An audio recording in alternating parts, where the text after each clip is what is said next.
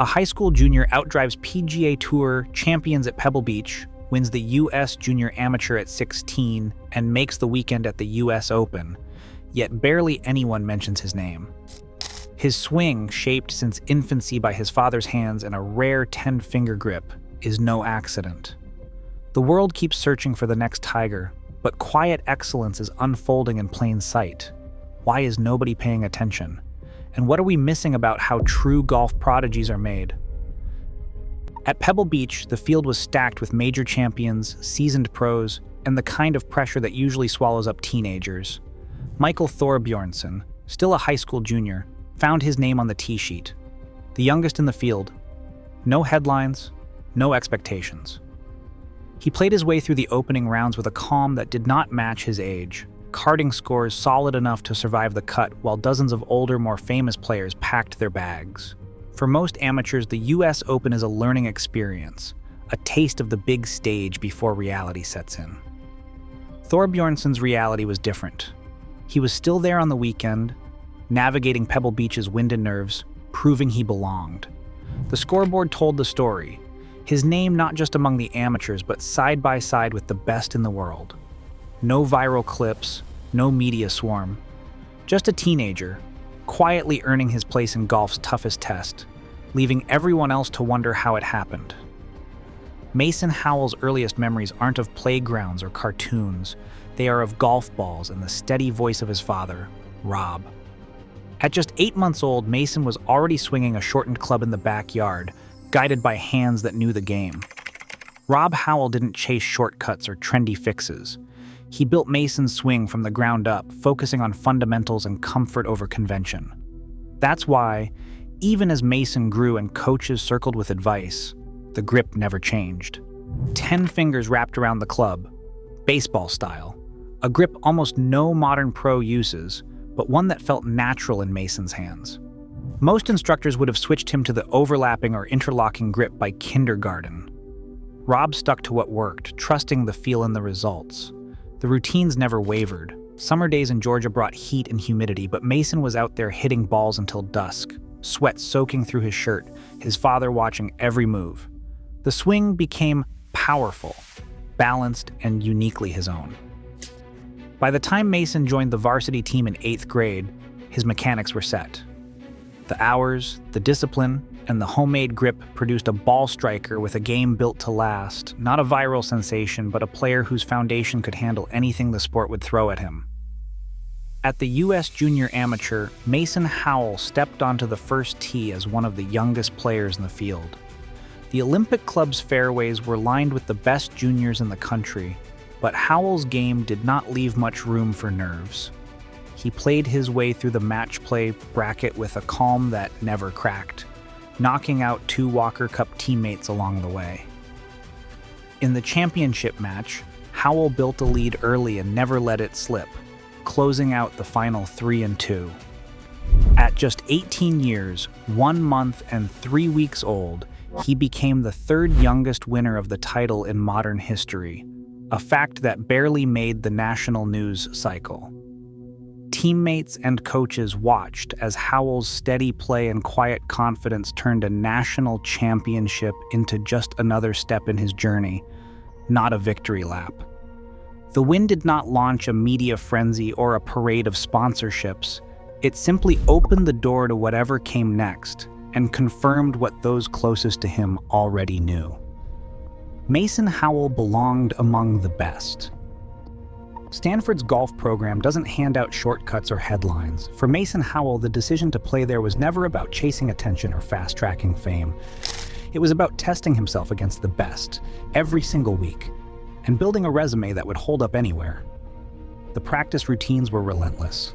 6 a.m., range sessions, afternoon workouts, and qualifying rounds, where one bad day meant watching from the sidelines. Coaches didn't coddle. They demanded polish and discipline, knowing that conference titles and low rounds only came from consistency. Howell thrived in that environment. He led Stanford to a Pac-12 championship, claiming the individual crown with a closing 66, and finished the season with a 69.4 scoring average, numbers that stack up against any college player in the country. There were no viral moments, no signature celebrations, just a steady climb up the amateur rankings.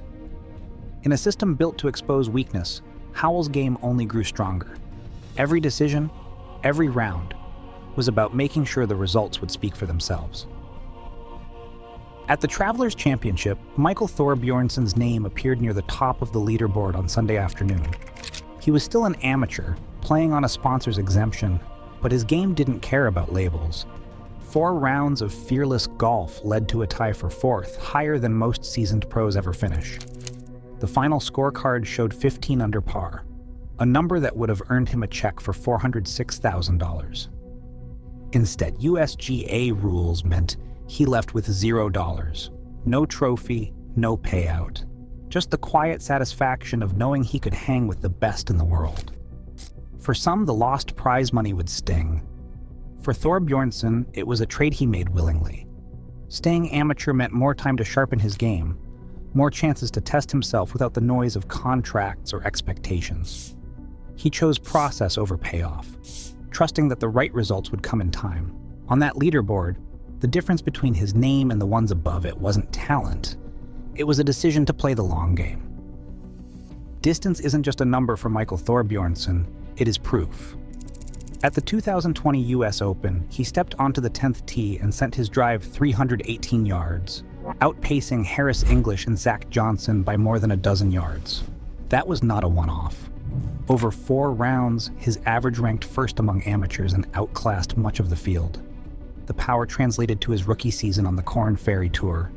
He finished 4th in driving distance, averaging 307.5 yards, which was top 5 among nearly 200 players. But it isn't just about hitting it far. At Winged Foot, his greens in regulation rate clocked in at 74%, a full 8 percentage points above the tournament average. That kind of precision, finding nearly 3 out of every 4 greens, puts him in rare company, even among pros. When the situation calls for creativity, he answers. At the Wichita Open, he faced a buried lie in a greenside bunker. One swing, a hop, and a 15-foot birdie putt found the bottom of the cup. Numbers do not create legends, but they do explain why the conversation around Thorbjornsen is overdue. 2 weeks after turning professional, Michael Thorbjornsen stepped onto the tee at the John Deere Classic as just another name in the field. No fanfare, no expectations.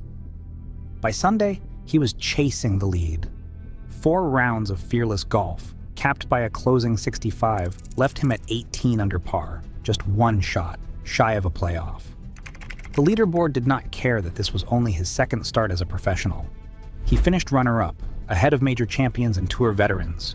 No settling in period, no learning curve. His drive still soared past most of the field, and his iron play stayed sharp under pressure. The check for 2nd place was real, but so was the message. His game translated instantly to the highest level. Thorbjornsen's quiet rise continued, the results speaking louder than any headline ever could.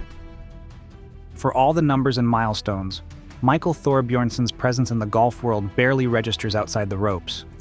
Fewer than 100 mainstream articles mention his name, even after top finishes against the world's best. His social media accounts tell the same story: 45,000 followers on Instagram, an audience dwarfed by less accomplished players who post more than they practice. No viral celebrations, no signature catchphrases, no carefully curated highlight reels. The media ecosystem rewards noise and personality, but Thorbjornsen seems content to let his game fill the silence. It is quiet excellence. Results pile up, but the spotlight never lingers. It is a paradox that challenges the way stars are made.